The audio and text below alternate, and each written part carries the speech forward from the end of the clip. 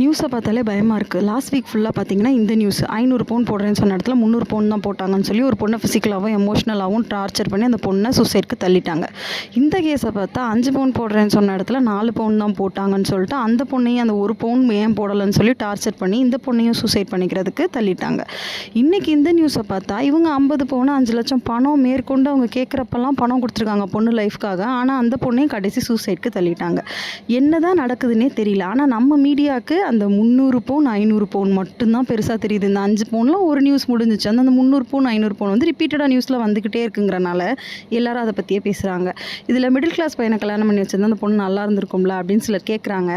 ஆமாம் அப்படின்னு நானும் ஃபஸ்ட்டு நினச்சேன். அப்புறம் ஃபேஸ்புக்கில் ஒரு கன்ஃபெஷன் குரூப் பார்க்குறேன். அதில் பார்த்தா அந்த பொண்ணு ரொம்ப இது பண்ணி கம்பல் பண்ணி அவங்க அப்பா கிட்ட சம்மதம் வாங்கியிருக்கான் மிடில் கிளாஸ் பையனை கல்யாணம் பண்ண. ஆனால் அந்த பையன் இப்போ கேட்குறான், நான் மேரேஜ் ஃபிக்ஸ் ஆனதுக்கப்புறம் எப்படிப்பா உன் சொத்தில் உனக்கு பங்கு கிடைக்கும்ல, உங்கள் அண்ணனுங்களுக்கு மட்டும் போயிடாதே. வரும்போது ஒண்ணு கொண்டு வரல, போகும்போது ஒண்ணு கொண்டு போக போறது இல்ல, நடுவில் என்னையா எந்த